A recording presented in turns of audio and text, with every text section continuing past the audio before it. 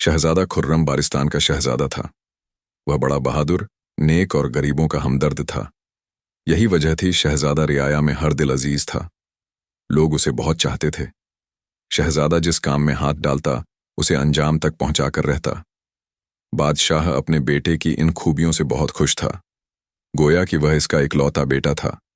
फिर भी वह उसे खतरनाक कामों से मना नहीं करता था।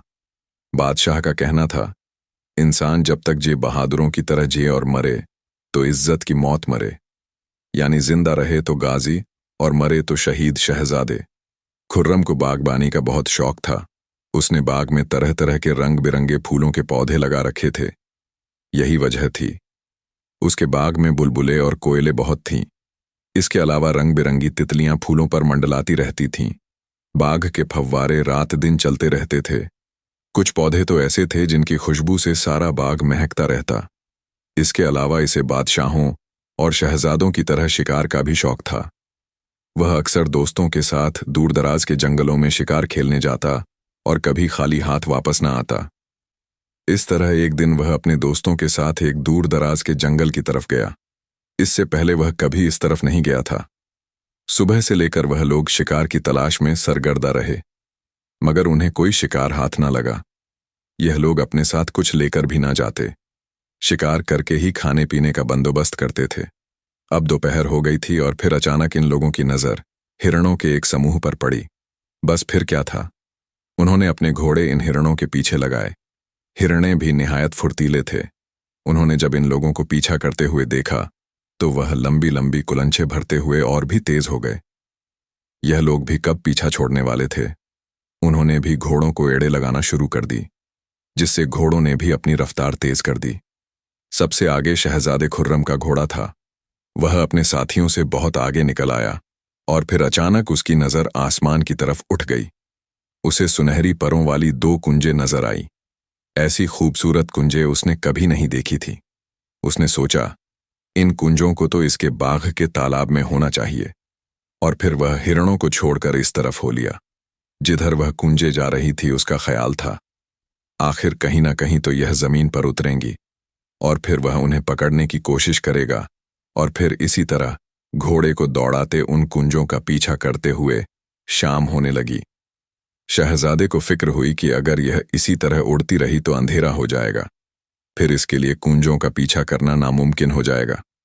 और फिर इसने अचानक देखा, दोनों कुंजें एक बाग में उतर गईं, जिसकी फसील बहुत ऊंची थी। शहजादा अपने घोड़े को इस फसील के साथ साथ दौड़ाने लगा कि कहीं ना कहीं तो इस बाग का दरवाजा होगा, मगर दरवाजा कहीं नजर न आया। यहां तक कि दौड़ते दौड़ते उसके घोड़े ने जवाब दे दिया और वह जमीन पर गिरकर लंबे लंबे सांस लेने लगा। शहजादे को घोड़े पर बहुत तरस आया और वह उसकी पीठ थपथपाने लगा और उसके करीब एक दरख्त के नीचे खुद भी लेट गया। शहजादे ने सोचा, दिन चढ़ने पर ही सफर शुरू करेगा। इस वक्त तक घोड़ा भी ताजा दम हो जाएगा। उस सफर में उसकी कमर और टांगे भी दर्द करने लगी थीं। वह भूखा प्यासा भी था, मगर इसने अपनी भूख प्यास की परवाह ना की। रात खांसी बीत चुकी थी और फिर ठंडी ठंडी हवा के झोंकों ने उसे जल्द ही नींद की वादी में पहुंचा दिया। जब उसकी आंख खुली तो सूरज की किरणों ने हर तरफ उजाला फैला दिया था। जिस दरख्त के नीचे वो लेटा था, दरख्त भी वहीं था। दरख्त के नीचे सब्जा था जहां इसका घोड़ा घास चर रहा था। उसे हैरत थी कि बाग और उसके फसील कहाँ गायब हो गए। अभी वह इन्हीं ख्यालों में खोया हुआ था कि उसे बारीक सी आवाज सुनाई दी, जैसे कोई लड़कियां हंस और कहकहे लगा रही हो, मगर उसे नजर कुछ भी ना आया। उसने दरख्त पर नजर दौड़ाई, मगर वहां भी कोई नहीं था। कहकहे और बातों की आवाजें साफ सुनाई दे रही थीं, जैसे कोई उसके करीब ही खड़ा हो। और फिर एकदम खामोशी छा गई। वह खासी देर वहां खड़ा रहा, फिर आगे बढ़ा और घोड़े पर सवार होकर एक तरफ चल दिया। शहजादे के दोस्त उसके लिए सख्त परेशान थे कि शहजादा कहाँ चला गया। उन लोगों ने जिन हिरणों का पीछा कर रहे थे, उनमें से खासे हिरण शिकार कर लिए थे। अब वह उसको तलाश कर रहे थे। उन्हें जंगलों में पहले भी कई कई दिन हो जाते थे और जब शिकार से खूब दिल भर जाता तो वापस लौट आते। आज उन्हें दूसरा दिन था। कल से शहजादा उनसे बिछड़ा था। ये लोग घोड़े दौड़ाए चले जा रहे थे कि जंगल में एक बूढ़ा शख्स नजर आया। उस जमाने में अक्सर लोग खुदा की इबादत करने के लिए जंगलों में चले जाया करते थे। ये बूढ़ा शख्स भी उन्हीं में से था। शहजादे के एक दोस्त हामिद ने अपने घोड़े की लगाम खींच ली और उसका घोड़ा बुजुर्ग के पास जाकर रुका। बड़े मियाँ, आपने किसी शहजादे को देखा है? हामिद ने बूढ़े से पूछा। नहीं बेटे, मुझे तो एक अरसे के बाद तुम लोग ही पहली बार नजर आए हो। तुम्हारा शहजादा किस तरफ गया था? बूढ़े शख्स ने उल्टा सवाल कर दिया। हामिद ने इशारे से एक सिम हाथ उठाया। बेटे, अगर तुम्हारा शहजादा उस तरफ गया है तो उसका वहां से लौट आना मुश्किल है, क्योंकि उस तरफ परस्तान है और परियां तो बेचारी बहुत अच्छी हैं। मगर परस्तान में एक शैतान सिफत शख्स भी आ घुसा है, जिसने परियों की जिंदगी भी अजीर्ण कर छोड़ी है। वह एक बहुत बड़ा जादूगर है। यूं समझ लो, परस्तान पर अब उसी की हुकूमत है। अगर कोई शख्स भूला भटका उस तरफ निकल जाए तो या तो वह शैतान उसे पत्थर का बना देता है, या फिर कोई जानवर या परिंदा बनाकर जगह जगह भटकने के लिए छोड़ देता है। मगर हमारा शहजादा ऐसा नहीं जो उस शैतान के काबू में आए। उसके गले में एक बहुत बड़े बुजुर्ग का दिया हुआ ताबीज है। उस ताबीज के होते हुए वह शैतान शहजादे का कुछ नहीं बिगाड़ सकेगा, बल्कि शहजादा उसे जहन्नुम रसीद जरूर कर देगा। तुम्हारे शहजादे का क्या नाम है? बूढ़े शख्स ने पूछा। शहजादा खुर्रम।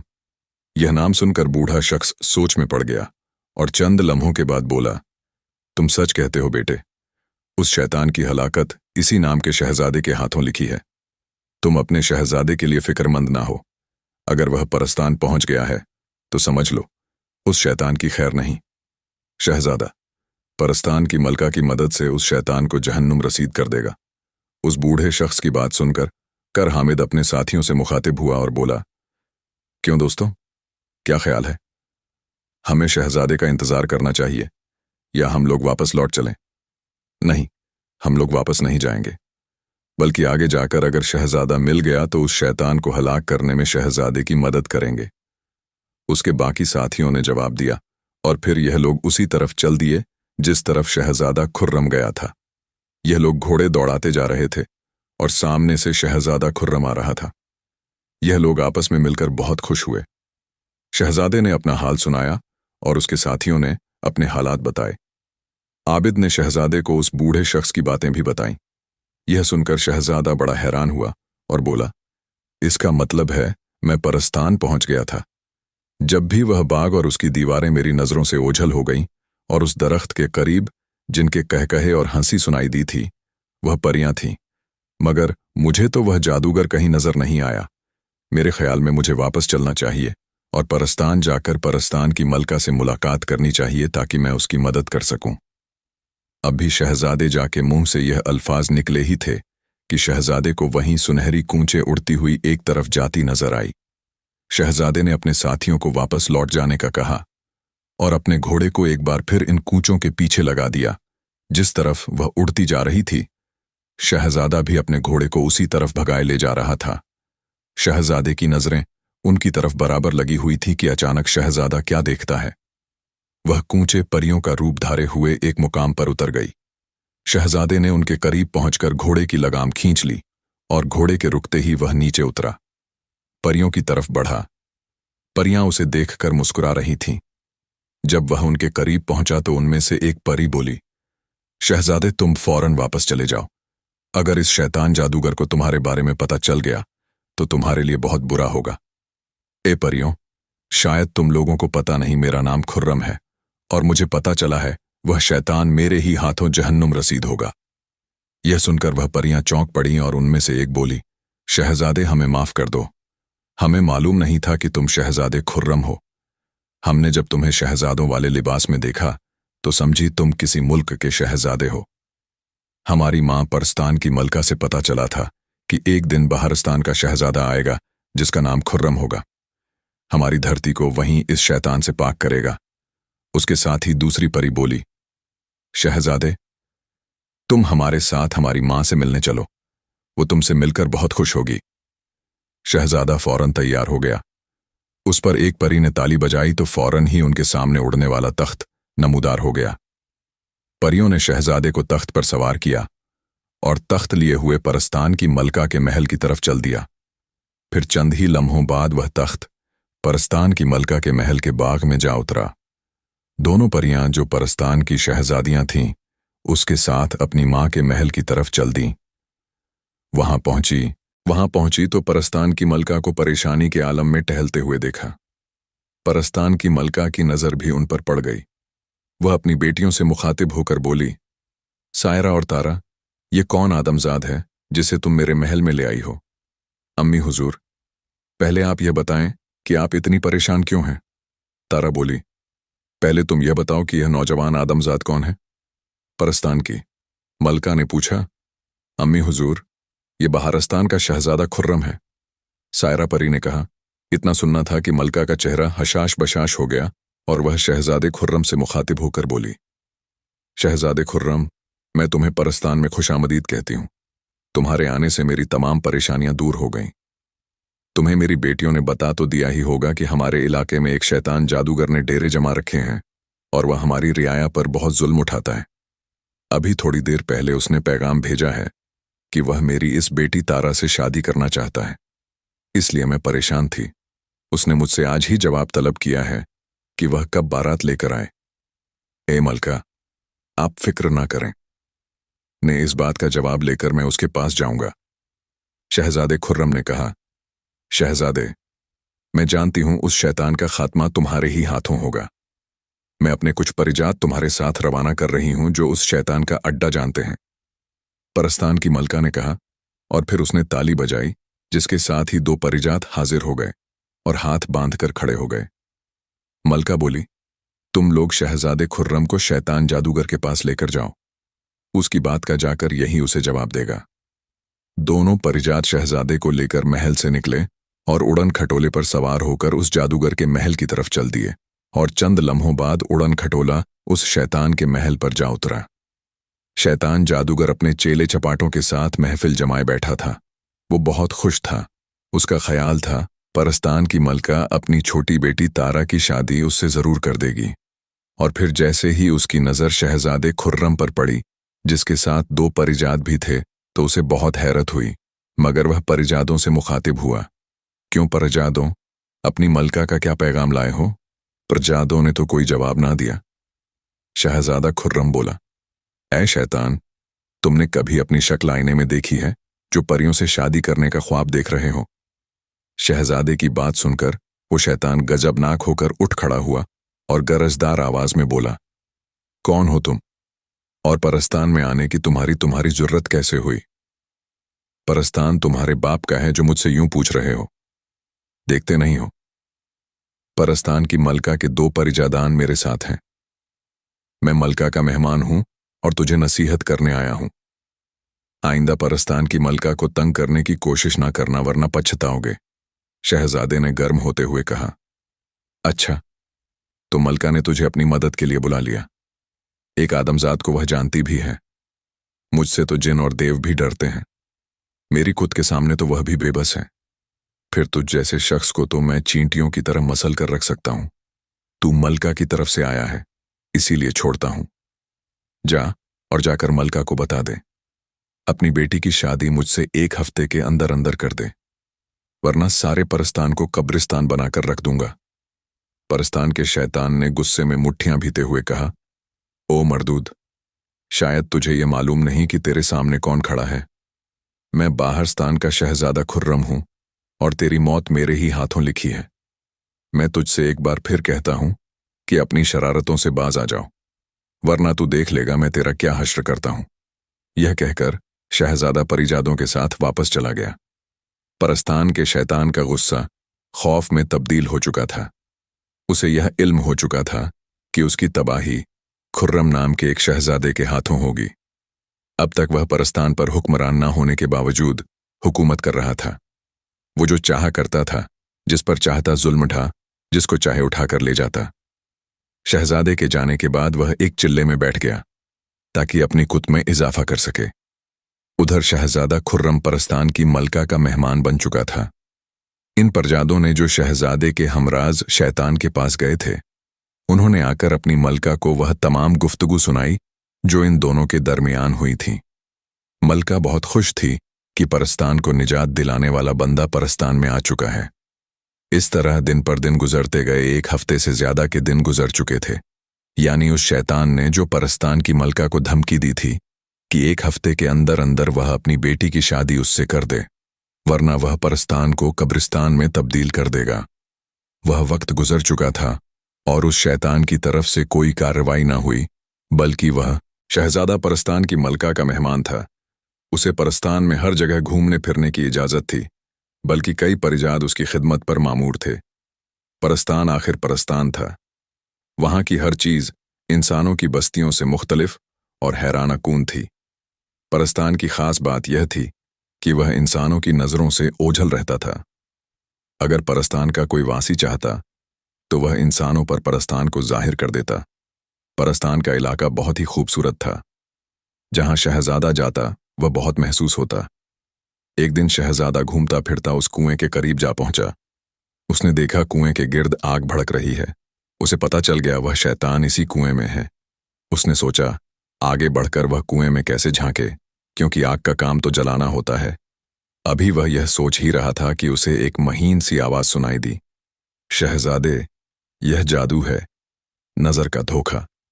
तुझ पर किसी जादू का असर नहीं हो सकता।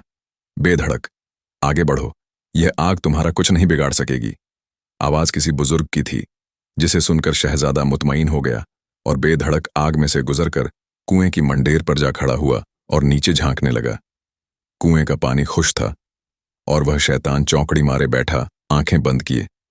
कोई जाप कर रहा था। शहजादे को शरारत सूझी। उसने छोटा सा एक पत्थर उठाकर शैतान पर फेंका, जिससे शैतान का अमल टूट गया और वह कुत हासिल ना कर सका जिसके लिए उसने चिल्लाना शुरू किया था।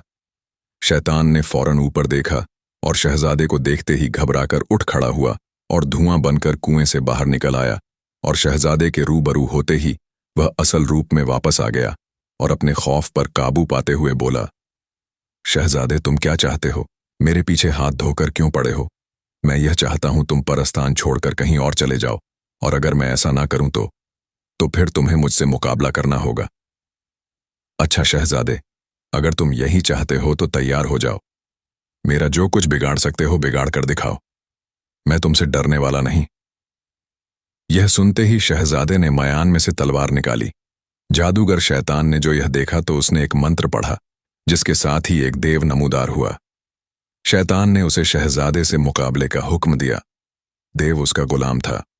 फौरन हुक्म की तकमील के लिए उसने शहजादे पर हमला कर दिया। अब शहजादा और उस देव में मुकाबला शुरू हुआ। दोनों तरफ से खूब जोर आजमाई हुई। आखिर वह देव शहजादे की एक ही वार से हलाक हो गया। यह देखते हुए जादूगर ने एक मंत्र पढ़ा और एक चुड़ैल नमूदार हुई, जिसके 8 हाथ थे और उसके हाथ में कोई ना कोई हथियार था। जादूगर के कहने पर वह चुड़ैल भी शहजादे पर हमलावर हुई। उसके 8 हाथ चल रहे थे और शहजादा एक ही हाथ से लड़ रहा था, मगर वह निहायत फुर्ती का मुजाहरा कर रहा था। उसने देखते ही देखते इस चुड़ैल के 3 हाथ काट दिए और फिर एक के बाद एक हमलों से चुड़ैल के 8 हाथ कट चुके थे और शहजादे के आखिरी वार ने उसकी गर्दन भी उड़ा दी। इसके साथ ही चुड़ैल का जिस्म धुएं में तब्दील होकर गायब हो गया। अब तो जादूगर शैतान बहुत घबराया।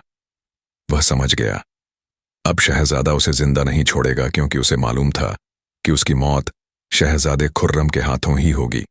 और फिर इसने कोई मंत्र पढ़ा और बांस का रूप धारकर आसमान की तरफ उड़ा, मगर शहजादे ने उसे दूर जाने का मौका न दिया और झट कमान पर तीर चढ़ाकर बांस पर छोड़ दिया।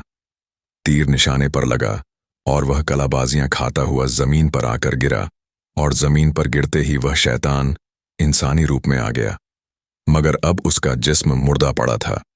इस तरह परस्तान के शैतान का परस्तान से खात्मा हो गया और वह हमेशा के लिए जहन्नुम रसीद हो गया। इस बात की इतला परस्तान की मलका को भी हो गई और वह खुद शहजादे के इस्तकबाल के लिए महल के बाहर तक आई।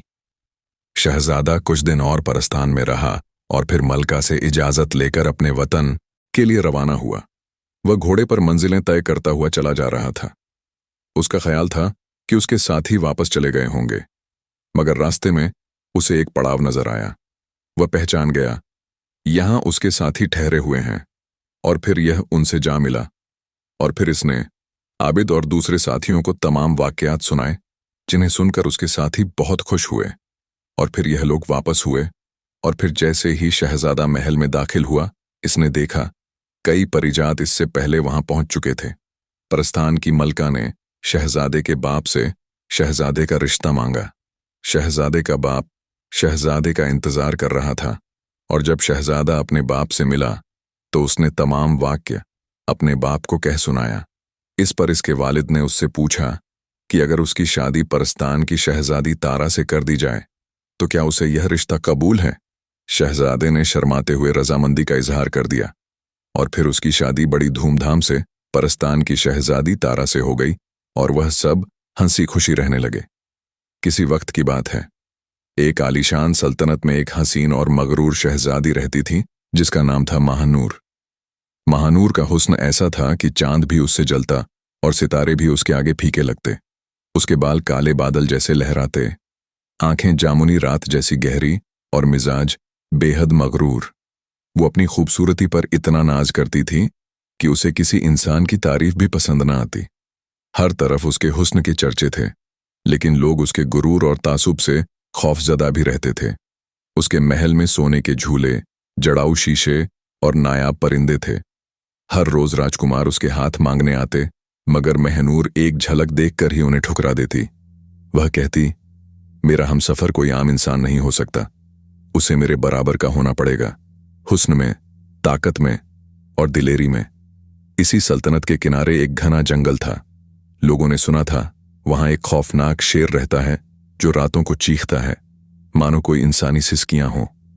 कई बहादुर सिपाही उस शेर को मारने गए, मगर कोई लौट कर ना आया। एक रोज महानूर ने ऐलान किया, जिसने उस शेर को जिंदा पकड़कर मेरे सामने पेश किया वही मेरा शौहर बनेगा। ये सुनते ही पूरे मुल्क में हलचल मच गई। हर कोई जानता था वह शेर इंसानों को चीर डालता है। फिर भी कुछ जांबाज राजकुमार आगे आए, मगर कोई भी कामयाब ना हुआ। शहजादी के मगरूर चेहरे पर हर नाकामी के बाद एक नई मुस्कुराहट खिलती। एक बूढ़ा वजीर अक्सर महनूर को समझाता, शहजादी जिंदगी में फक्र और घमंड साथ नहीं चल सकते। हुस्न को हमेशा इज्जत और फनकारी की जरूरत होती है। मगर महानूर कान ना धरती। एक रात महानूर अपनी शाही बालकनी में खड़ी थी, जब उसने जंगल की तरफ से एक अजीब सी सदा सुनी। वह आवाज इंसान की तरह बोल रही थी, महानूर ओ महानूर। शहजादी की रूह कांप गई। वो कभी किसी से नहीं डरी थी, मगर उस सदा में ऐसी तासीर थी जो सीधे दिल में उतर गई। अगली सुबह उसने सिपाहियों को हुक्म दिया कि जंगल से उस आवाज का पता लगाया जाए, लेकिन कोई सिपाही जंगल में जाने को तैयार ना हुआ। लोग कहते थे कि वह शेर इंसान की जुबान में बातें करता है। कुछ कहते थे वह शेर असल में एक श्रापित शहजादा है। कई साल पहले एक दूर दराज सल्तनत का शहजादा, जिसका नाम जुनैद था, अपने हुस्न और शेर जैसी ताकत के लिए मशहूर था। उसे भी अपनी शक्ल और सूरत और ताकत पर घमंड था। उसने एक सूफी दरवेश का दिल दुखाया और बद्दुआ ली, तू जब तक किसी मगरूर हसीना को अपना सच्चा दिल नहीं देगा, तब तक शेर की सूरत में भटकता रहेगा। वक्त ने जुनैद को शेर बना दिया। अब वह जंगल में इंसानों से दूर अपने गुनाहों की सजा काट रहा था। जब शहजादी को यह अफसाना पता चला, उसकी आंखों में अजीब सी चमक दौड़ गई। शायद पहली बार वह किसी से मुतासिर हुई थी। एक शहजादा जो शेर बन गया और फिर भी जिंदा है। कैसा अजीब किस्सा है। उसने फैसला किया कि वह खुद उस जंगल में जाएगी और उस शेर को देखेगी। महल वालों ने बहुत मना किया, मगर महानूर ने किसी की ना सुनी। मैं अपनी आंखों से देखूंगी कौन है वो, जो इंसानों को ललकारता है। अगली सुबह महनूर ने सोने का जरी वाला लिबास पहना, अपना मशहूर जड़ाऊ ताज सजाया और हाथ में तलवार थामी। उसने अपने घोड़े सफेद आसमान पर सवारी की और जंगल की तरफ रवाना हो गई। जंगल में दाखिल होते ही सन्नाटा छा गया। चिड़ियां उचप हवाएं ठहरी हुईं। महनूर का दिल धक धक कर रहा था, मगर उसके चेहरे पर वही गुरूर बरकरार था। थोड़ी देर में एक गुफा के बाहर उसे सुनहरी आंखों वाला एक शेर नजर आया। वह शेर उसे घूर रहा था, जैसे किसी को सदियों से जानता हो। तू ही है शहजादी महानूर। शेर की गूंजती आवाज जंगल में फैल गई। महानूर पहली बार किसी से ऐसा सवाल सुनकर हक्की बक्की रह गई। हाँ, मैं महानूर हूं। तू कौन है जो इंसानों की तरह बोलता है? शेर ने गहरी सांस ली। मैं वो हूं जो कभी इंसान था, वो जो मगरूर था और आज अपनी ही मगरूरी की सजा काट रहा है। महनूर की तलवार उसके हाथ से गिरने वाली थी। पहली बार किसी ने उसके गुरूर को बिना देखे ही पहचान लिया था। शेर ने आगे कहा, तू भी मेरे जैसी है, मगर तुझमें अभी भी मोहब्बत का दिया जल सकता है। महानूर की आंखें भर आईं, मगर वह चाहकर भी अपने आंसू ना गिरने देना चाहती थी। इस तरह जंगल में वह मुलाकात शुरू हुई जो पूरे सल्तनत की किस्मत बदलने वाली थी। जंगल की वह नगीनी सुबह थी। धुंध में सूरज की हल्की किरणें पत्तों पर मोती जैसा पानी बिखेर रही थीं। महनूर पहली बार अपने महल से इतनी दूर थी, इतनी खामोशी में, और उसके सामने खड़ा था वह शेर जिसकी सुनहरी आंखों में ना जाने कितने गम और कितनी कहानियां दबी थीं। शेर ने अपनी आवाज में जो दर्द छुपाया था वो महनूर के दिल को कहीं गहरे तक छू गया, मगर उसका गुरूर अब भी दीवार बनकर खड़ा था। अगर तू वाकई इंसान था तो अब शेर बनकर क्या चाहता है मुझसे? महानूर ने तल्ख लहजे में पूछा। शेर ने सर झुकाते हुए कहा, मैं चाहता हूं कि तू मेरे दिल की बात सुने। मैं कोई हैवान नहीं बल्कि एक श्रापित शहजादा हूं, जुनैद। महनूर ने हंसते हुए जवाब दिया, ओ, तो तू वही जुनैद है जिसका किस्सा मैंने सुना था, वो मगरूर शहजादा जो किसी सूफी की बद्दुआ से शेर बन गया। फिर अब क्या, तू भी मुझे अपनी मगरूरी का सबक सिखाना चाहता है? शेर की आंखों में एक चमक उभरी। नहीं महानूर, मैं तुझे बदलना नहीं चाहता। मैं चाहता हूं तू अपने दिल की सुन, मगर तू भी मेरी तरह घमंड की जंजीरों में कायद है। महानूर ने तलवार फिर से उठाई और बोली, मैं किसी से मोहब्बत नहीं करती। मुझे मोहब्बत की जरूरत ही नहीं। दुनिया मेरे हुस्न पर मरती है और मैं सबसे ऊपर हूं। जुनैद ने गहरी सांस ली। उसकी आवाज में एक लरज थी। मोहब्बत तो एक दरिया है महानूर, जब तक तू उसमें कूदेगी नहीं तू अपने आप को जान ही नहीं पाएगी। मुझे देख, मैं अपनी ताकत और हुस्न पर घमंड करता था, आज जानवर बनकर जंगल में भटक रहा हूं। महनूर ने अपनी चमकती आंखों से शेर को देखा। क्या तू सोचता है कि मैं तुझसे डर जाऊंगी या तेरी कहानी सुनकर रो पड़ूंगी? जुनैद ने धीरे से जवाब दिया, नहीं, मैं चाहता हूं कि तू सिर्फ एक बार अपनी रूह में झांके, अपने अंदर की तन्हाई देख, क्योंकि असल में तू भी तन्हा है। महनूर उसकी बातों ने महूर के दिल में एक नरम दरार डाल दी, पर वह इस एहसास को मानने को तैयार न थी। वो गुस्से में मुड़कर जंगल की गहराई में चल दी, मगर कुछ कदम बाद ही उसके पांव जड़ हो गए। वह महसूस कर रही थी कि कोई उसे अपनी तरफ खींच रहा है। उसने पीछे मुड़कर देखा। शेर वहीं खड़ा था। उसकी आंखों में मोहब्बत की एक मासूम सी लौ जल रही थी। महानूर, क्या तू फिर भी मुझे कैद करने आई है? क्या तुझे अभी भी लगता है कि मैं सिर्फ एक शिकार हूं? महनूर की तलवार कांपने लगी। वो अपनी आंखों में आए आंसू छुपाने लगी। मैं नहीं जानती कि मुझे क्या चाहिए, वो बुदबुदाई। जुनैद ने पास आकर कहा, तुझे सच सुनने की जरूरत है। जब तक तू अपने दिल की सुनना नहीं सीखेगी तब तक तू कभी मुकम्मल नहीं हो पाएगी। महानूर को एहसास हुआ कि इस शेर में जो इंसानियत की झलक थी वह किसी भी राजकुमार में नहीं थी। उस घड़ी उसने पहली बार किसी की आंखों में अपनी ही परछाई देखी। तभी अचानक जंगल में तूफान जैसा शोर उठा। आसमान में बादल गहराए, बिजली कड़की और पेड़ झूमने लगे। महनूर डरकर जुनैद के करीब आ गई।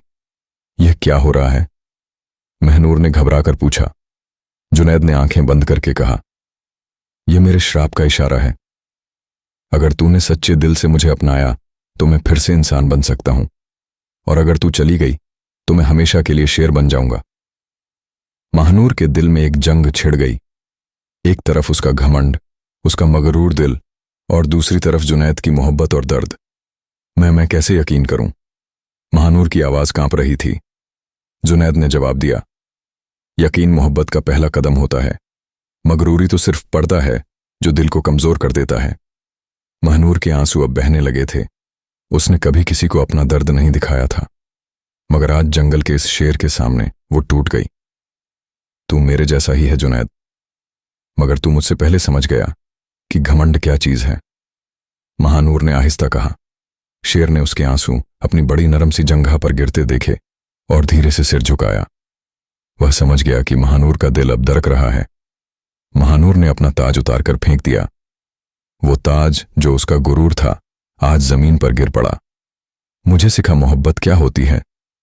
जुनैद की आंखों में एक चमक उभरी। आसमान की बिजली अब ठहर गई। जंगल में अजीब सी रोशनी फैलने लगी। महानूर धीरे धीरे उसके पास आई। उसने अपनी हथेली उसके चेहरे पर रखी और पहली बार महनूर ने नफरत या हुक्म नहीं बल्कि नरमी से छुआ। जुनैद की आवाज गूंज उठी, महानूर, अगर तू मुझे कबूल करेगी तो मैं फिर से इंसान बन सकता हूं, मगर यह फैसला सिर्फ तेरे दिल से होना चाहिए। महानूर की आंखों में आंसुओं की झील भरी थी। उसने अपनी हथेली शेर के सीने पर रखी और दिल से कहा, हां, मैं तुझे कबूल करती हूं।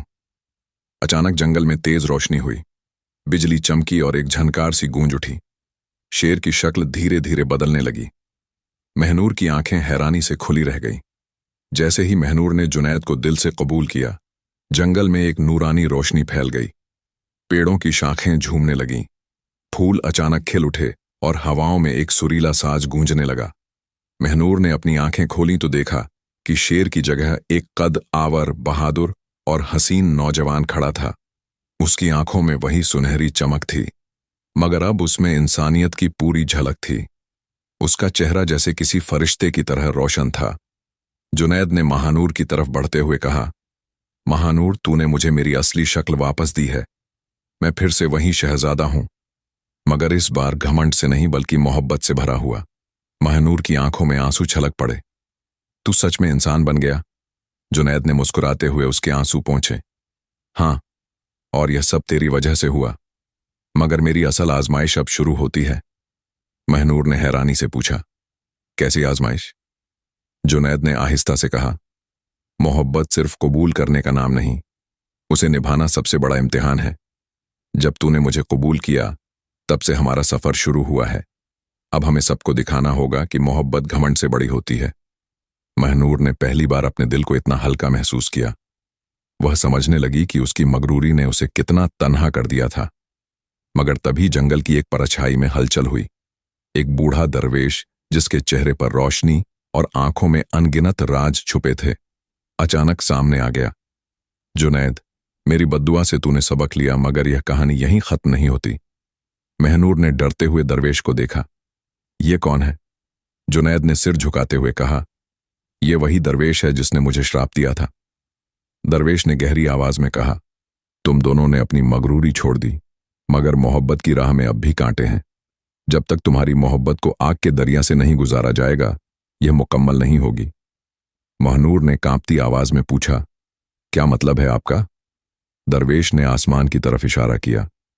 तुम दोनों को इस जंगल में 7 रातें साथ बितानी होंगी, बिना किसी झूठ, बिना किसी डर और बिना एक दूसरे से दूर भागे। अगर इन 7 रातों में तुम्हारा दिल डगमगाया तो जुनैद फिर से शेर बन जाएगा और महनूर हमेशा के लिए पत्थर बन जाएगी। महनूर के पैरों से जमीन खिसक गई। जुनैद ने उसका हाथ पकड़ा और गहरी सांस ली। महनूर, क्या तू तैयार है इस इम्तिहान के लिए? महनूर ने पहली बार बिना सोचे दिल से कहा, हां, अगर तू मेरे साथ है तो मैं हर आजमाइश के लिए तैयार हूं।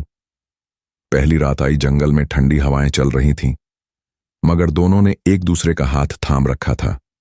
महनूर को डर लग रहा था, मगर जुनैद ने उसे अपनी बाहों में ले लिया।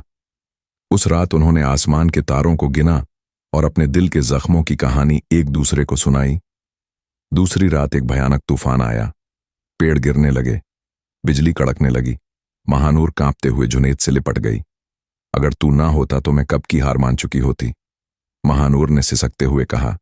जुनैद ने उसकी पीठ सहलाते हुए कहा, अब मैं हमेशा तेरे साथ हूं, मेरा वादा है। तीसरी और चौथी रात भूख और प्यास ने उन्हें आजमाया। जंगल में खाने को कुछ नहीं था, मगर महनूर ने पहली बार अपने नाज नखरों को छोड़कर फल तोड़े, पानी खोजा और जुनैद को खिलाया। वह शहजादी जो कभी किसी की खिदमत करना तो दूर पानी तक खुद नहीं पीती थी, आज जुनैद के लिए हर हद पार कर रही थी। 5वीं रात एक साया जंगल में आया। वो महानूर को बुलाने लगा, महानूर, तू वापस महल आ जा। तेरे लिए एक नया राजकुमार आया है, सोने का ताज लेकर। तू इस जंगल में क्यों बर्बाद हो रही है? महानूर ने अपने अंदर के शैतान से लड़ाई की।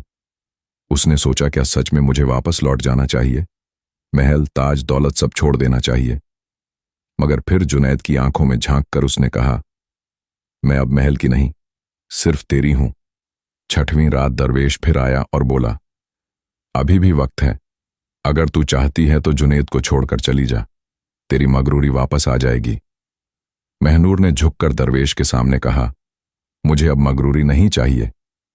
मोहब्बत में जो सर झुकाना सीखा है वह सबसे बड़ा ताज है। आखिरकार 7वीं रात आ गई। वह सबसे लंबी और सबसे सर्द रात थी। चांद भी बादलों में छुपा था। दोनों एक पेड़ के नीचे बैठे थे। जुनैद ने महूर को देखा और कहा, अगर कल सुबह सूरज निकला और हम साथ रहे तो हमारा इम्तिहान पूरा हो जाएगा। महनूर ने उसकी उंगलियों को चूमते हुए कहा, सूरज क्या, अगर कयामत भी आ जाए मैं तुझे नहीं छोड़ूंगी। आधी रात गुजर गई। अचानक महनूर को लगा जैसे कोई अदृश्य जंजीरें उसे पीछे खींच रही हैं। उसका दम घुटने लगा। जुनैद ने उसे कसकर पकड़ लिया। हिम्मत करो महनूर, ये आखिरी इम्तिहान है। महनूर की आंखों से आंसू बहने लगे। उसने आखिरी बार चीख कर कहा, मैं तुझे छोड़ने नहीं दूंगी, मैं तुझे प्यार करती हूं जुनैद। अचानक जंगल में उजाला हो गया। आसमान से एक सुनहरी रोशनी नीचे उतरी। दरवेश मुस्कुराते हुए सामने आया। मुबारक हो, तुम दोनों ने मोहब्बत के हर इम्तिहान को पास कर लिया। अब कोई श्राप, कोई दरवेश, कोई तूफान तुम्हारी मोहब्बत को तोड़ नहीं सकता। महानूर ने राहत की सांस ली और जुनैद के गले लग गई। जंगल में मोहब्बत का इम्तिहान पूरा होते ही दरवेश ने दोनों की तरफ देखा और दुआ भरी आवाज में कहा, अब तुम्हें अपनी मोहब्बत को दुनिया के सामने साबित करना है। इंसानों की असल आजमाइश बाहर की दुनिया में होती है, जहां लोग तुम्हें तोड़ने की हर मुमकिन कोशिश करेंगे। जुनैद ने महानूर का हाथ मजबूती से थाम लिया। मैं हर मोड़ पर तेरे साथ हूं। महनूर ने भी पहली बार पूरा यकीन से कहा, अब कोई ताज, कोई हुकूमत, कोई मगर मेरे दिल से बड़ी नहीं। दोनों जंगल से निकलकर महल की तरफ बढ़ने लगे। रास्ते में पेड़ पौधे जैसे उन्हें दुआएं दे रहे थे। परिंदे फिजा में गीत गा रहे थे। सूरज की सुनहरी किरणें उनकी मोहब्बत पर सजदा कर रही थीं। जब वह महल के दरवाजे पर पहुंचे तो सैनिकों ने भाले तान दिए। रुको, तुम दोनों कौन हो? महल में दाखिल होने की इजाजत नहीं। महानूर ने सर उठाकर जवाब दिया, मैं शहजादी महानूर हूं और यह शहजादा जुनैद है। सैनिक हैरान होकर एक दूसरे की तरफ देखने लगे। मगर शहजादी, आपके जाने के बाद महल में ऐलान हुआ था कि आप मर चुकी हैं। महानूर ने सख्त आवाज में कहा, झूठ। ये झूठ मेरे दुश्मनों ने फैलाया ताकि मेरे तख्त पर कब्जा कर सकें। जुनैद ने सैनिकों को आगे बढ़कर समझाया, हम सिर्फ वापस अपनी मोहब्बत की कहानी पूरी करने आए हैं। किसी तख्त की भूख हमें नहीं, सिर्फ एक दूसरे की जरूरत है। सैनिकों ने रास्ता खोल दिया। मगर जैसे ही दोनों अंदर पहुंचे तो वहां के वजीर और कई दरबारी जमा थे। महनूर का चाचा जो महल संभाल रहा था गुस्से से लाल हो गया। महनूर, तू वापस कैसे आ गई? और ये कौन है तेरे साथ? महानूर ने तिरछी नजर से देखा और कहा, यह वो है जिसने मेरी मगररी को मोहब्बत में बदल दिया। और मैं अब वही महानूर नहीं जो कभी ताज और ताकत के पीछे भागती थी। चाचा ने थका लगाया, मोहब्बत, शहजादी, ताज मोहब्बत से बड़ा होता है। ताज के लिए मोहब्बत कुर्बान करनी पड़ती है। महनूर ने बेखौफ जवाब दिया, मगर मैं अपना ताज कुर्बान कर चुकी हूं। अब अगर इस महल में जगह नहीं तो मैं फिर जंगल चली जाऊंगी। महल की रानियों और दरबारियों में खलबली मच गई। सबको लगा था कि महानूर तख्त के लिए आएगी।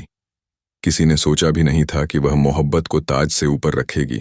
चाचा ने चालाकी से कहा, अगर तू ताज नहीं चाहती तो ठीक है, मगर इस महल में रहने के लिए तुझे और तेरे इस प्रेमी को हमारे बनाए कवायद मानने होंगे। जुनैद ने गुस्से में कहा, कवायद मोहब्बत कोई कैद नहीं, हमें किसी के हुक्म की जरूरत नहीं। महनूर ने जुनैद को शांत किया और चाचा की तरफ देखा, अगर हमारी मोहब्बत में कोई कमी है तो हमें महल से निकाल दो, मगर याद रखो, एक दिन यही मोहब्बत इस महल की सबसे बड़ी ताकत बनेगी। दरबार में कुछ नौजवान सिपाही महानूर की बातें सुनकर उनकी तरफ हो गए। एक सिपाही ने आगे बढ़कर कहा, शहजादी, हमें आपकी बहादुरी पर फख्र है। अगर आप चाहे तो हम आपके साथ खड़े हैं। चाचा बौखला गया, तुम सब बगावत करोगे? एक एक करके कई लोग महानूर और जुनैद के साथ खड़े हो गए। सबकी आंखों में मोहब्बत और इंसानियत की रोशनी थी। महनूर ने दरबार में खड़े होकर ऐलान किया, जिसे मेरी मोहब्बत में यकीन है वह मेरे साथ आए। जिसे ताज और दौलत चाहिए वह यहीं रहे। आधे से ज्यादा लोग उनके साथ हो गए। महल में शोर मच गया। चाचा ने गुस्से में तलवार खींच ली। तुझे तो मैं अभी खत्म कर दूंगा। मगर जुनैद बीच में आ गया। अगर एक कदम भी बढ़ाया तो याद रख, आज तू अपनी रूह खो देगा। एक तेज लड़ाई शुरू हुई। महनूर ने भी हथियार उठा लिया। जुनैद और महनूर ने मिलकर चाचा और उसके वफादार सैनिकों को मात दे दी। आखिरकार चाचा हार कर गिर पड़ा। उसने हाथ जोड़कर कहा, मुझे माफ कर दो, मुझे तख्त की भा। महनूर ने मुस्कुराते हुए कहा, अब यह महल हमारा नहीं, उन लोगों का है जो मोहब्बत और इंसानियत को समझते हैं। फिर दोनों ने आखिरी बार महल को देखा।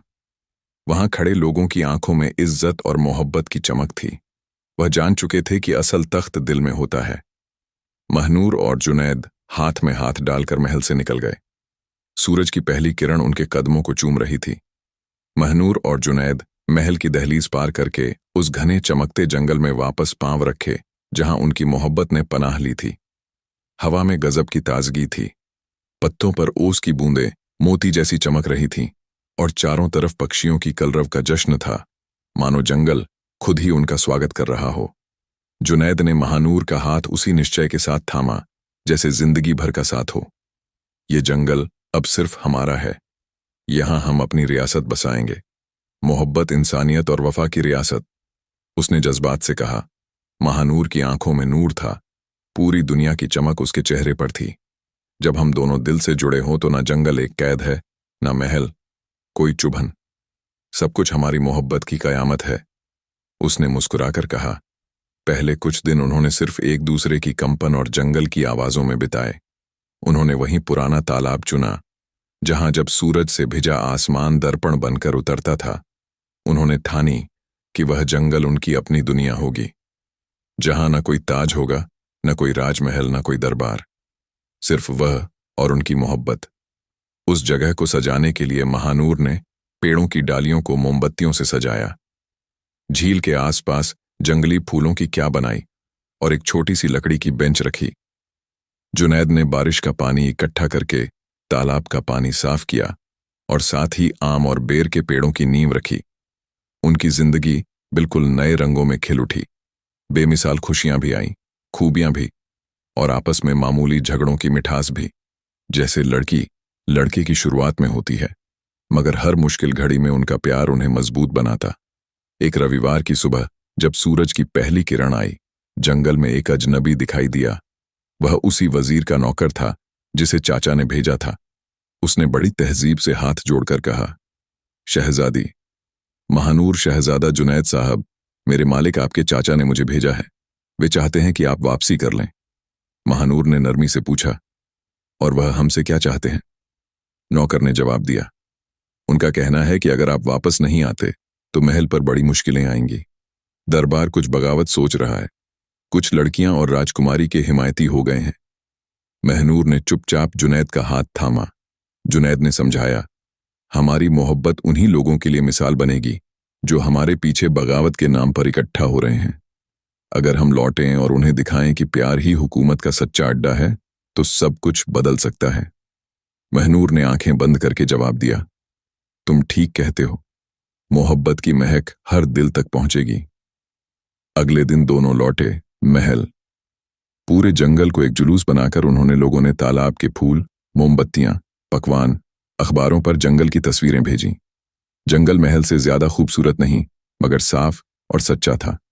उन्होंने दरबार में शिक्षक, किसान, नौजवान, माँ, बच्चे सबके लिए महफिल बनाई। महानूर ने जाहिर किया, अगर मैं तुम्हें वापस बुला रही हूं तो खुद मोहब्बत दिखाने के लिए। यह जंगल, यह तालाब, यह हम लाए हैं एक नया ताज, एक नई रियासत, जहां कोई बेईमानी और जोर नहीं, सिर्फ प्यार चलता है। जुनैद ने उसी प्रेम से सपोर्ट किया। हमारी मोहब्बत राजमार्ग नहीं, रास्ता बन चुकी है। हर दिल के पास पहुंचेगी और हर इंसान उसे जीना सीखेगा। कुछ देर खामोशी रही। फिर घराने के पुराने लोगों ने तालियां बजाई। वजीर, नौकर, सैनिक सब आंखों में नमी लिए मुस्कुराए। चाचा भी आया। उसने हाथ जोड़कर कहा, मैं जानता हूं तुम जैसी मोहब्बत के सामने मेरा गुरूर, ताज और तख्त भी फना है।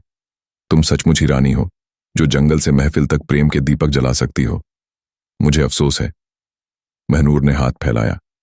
माफ किया जा चुका है। वो दिन गुजर गए हैं जब ताज महान था। आज हमारा राजबारी दिल है जिसमें हर किसी की जगह है। उस शाम महल से लेकर जंगल तक उजालों का सैलाब था। मोमबत्तियां, ताजों का त्याग, फूलों की बारिश, गीतों की महफिल और हर दिल में सिर्फ एक ही बात, मोहब्बत ने जीत हासिल की। और उस दिन से जंगल की रियासत और महल की मोहब्बत एक हो गई। जहां कोई पड़ाव नहीं, रुकावट नहीं, सिर्फ प्यार की नजर थी। महनूर जुनैद की कहानी सिर्फ दो शहरों की कहानी नहीं रह गई, बल्कि हर दिल में उम्मीद की लौ थी, जो सिखाती है कि दिल से निभाई गई मोहब्बत हुकूमत से भी बड़ी होती है।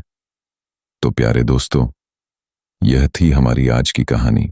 प्यारे दोस्तों, आज की इस कहानी में हमने आपको दो अलग अलग कहानियां सुनाई हैं। आपको इनमें से कौन सी कहानी पसंद आई, हमें कमेंट सेक्शन में जरूर बताइएगा। और ऐसे ही वीडियो देखने के लिए हमारे YouTube चैनल को जरूर सब्सक्राइब करें।